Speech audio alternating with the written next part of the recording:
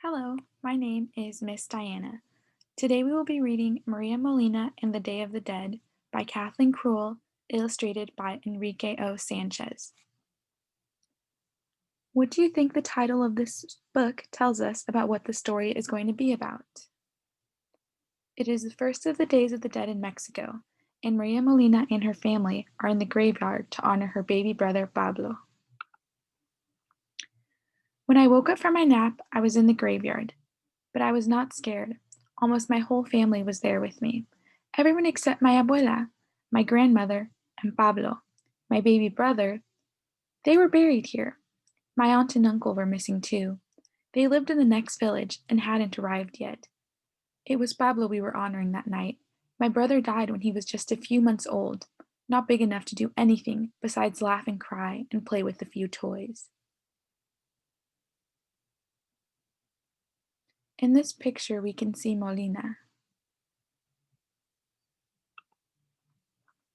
We will honor his spirit on the first day of los Días de los Muertos, the days of the dead, my mother told me all year.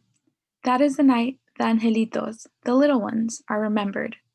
Perhaps Pablo will give us a sign to let us know all is well. In the market, I had just enough money to buy one calavera de azúcar, a sugar candy skull with Pablo's name on it. Now I set it by Pablo's grave with the other offerings. If I lived in the United States, I, Maria Molina, would not be in the graveyard tonight. I would be out trick or treating on Halloween with enough money to buy lots of candy and a famous costume. Fancy costume. Has anyone ever tried these treats that we see on the page?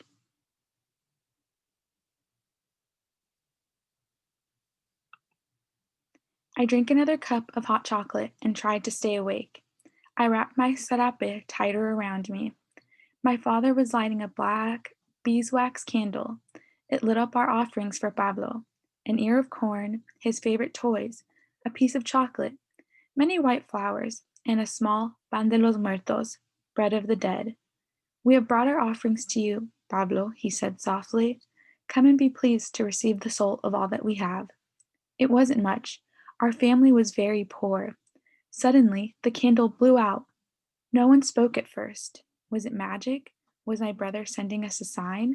Or was it the wind? We sat there till morning, surrounded by the sweet smell of incense, talking softly and remembering Pablo.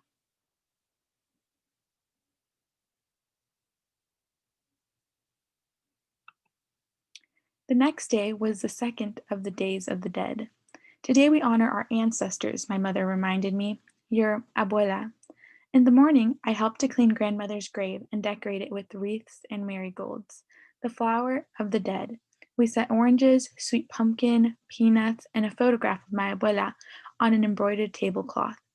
In the afternoon, I went back to our house to help my mother prepare grandmother's favorite foods: tortillas with blue corn, tamales wrapped in banana leaves, and mole, a chicken in a sauce of chocolate and chiles.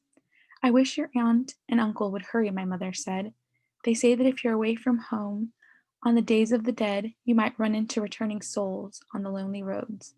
Is that really true? I asked her, but she just smiled. Here we can see Molina and her mother preparing the food. Soon my aunt and uncle did arrive, safely. They took me to the market with them to buy more pan de los muertos. Bakery shelves bulged with round loaves of this special bread, glistening with reddish purple or lemon yellow glazes. Some smelled like licorice, some like cinnamon. Bakers had been working night and day for weeks, kneading, shaping, baking. In the candy stores, piles of sugar skulls grinned at us. Bits of color foil on fancy candles twinkled in the sun. Street vendors sold candles, bunches of fragrant herbs, wildflowers of every color, the spiciest foods, and the sweetest drink. I held my aunt's hand tighter. I wonder why Molina held her aunt's hand tighter. Does anyone have any ideas? My favorite thing in the market were toys: skeleton puppets that dance on sticks in the wind, brightly decorated masks to scare your friends, with toy coffins with skeletons that popped out when you pulled a string, skeleton earrings, and necktie pins that looked like toys, gold and silver flakes on everything, glittering in the sun. I let go of my aunt's hand and ran to look at the tiny dolls. They had garbanzo beans for heads and little skeleton bodies, doing almost everything you can think of: taking a bath, getting married, fighting a bull, even marching in a funeral procession. My uncle bought a skeleton doll playing guitar to set on my grandmother's grave. She had loved to play the guitar. I had no money to buy anything, but I loved to look. Then it was time to get back to the graveyard.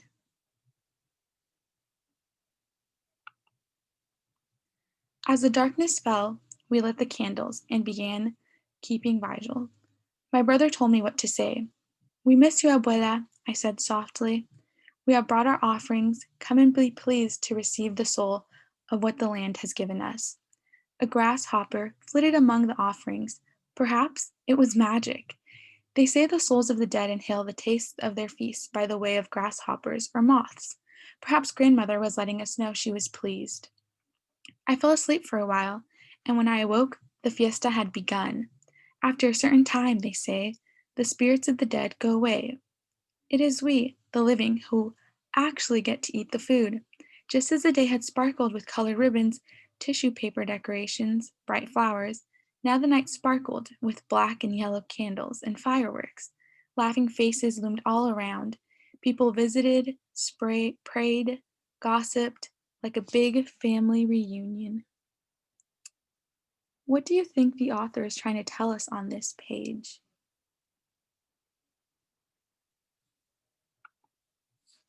I think the children had the most fun. Perhaps not as much fun as Halloween in the United States, but we were excited to be up so late. Excited just to be out of school during these special days. A group of us performed El Baile de los Esqueletos, the dance of the skeletons. With jerky movements skeletons might make, others told ghost stories, especially about spirits who take the ghastly revenge on relatives who don't honor them properly on the days of the dead. As much fun as I was having, I finally did doze off. My father had to carry me home in his arms the next morning, as well as we all went back to our little adobe house. Falling asleep in my own bed, I heard my family begin planning the next year's celebration of Los Días de los Muertos. But by the time of the next year's Days of the Dead, something sad happened. No, no one else in our family had died, but my mother and father had gone north to the United States, leaving us children with my aunt and uncle. I missed my father and mother fiercely. Sometimes I cried. Not long after that year's celebration in the graveyard, my parents sent through friends that they had found a place to live. They sent word that they had found jobs. First my mother, then my father. Then they sent another kind of message.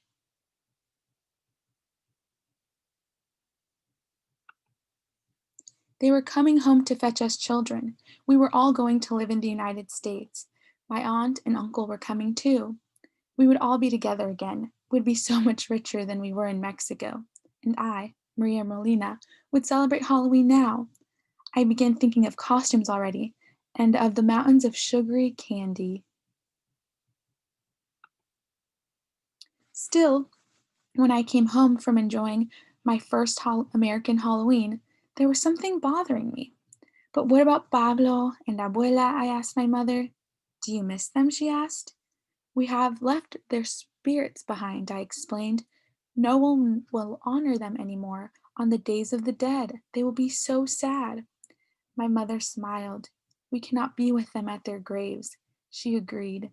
"But we can still honor them." "How?" I asked. "If you were in Molina's position, do you think you would start feeling some type of guilt as well?" The next night my parents showed me how, in our apartment, we set up a small ofrendo, or altar. On it we placed the photograph of my grandmother, my brother's favorite toys, and a bowl of marigolds. My mother baked her own pan de los muertos and this one on the altar too. All night we kept vigil. Before I fell asleep, I looked all around at my family, and it was magic, the most magic thing of all.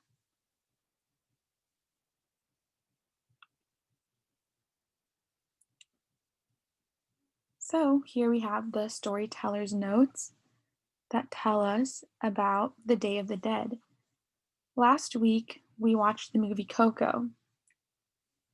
We can go into two breakout rooms and talk about how this story compared to that because they're both celebrating the Day of the Dead. Thank you.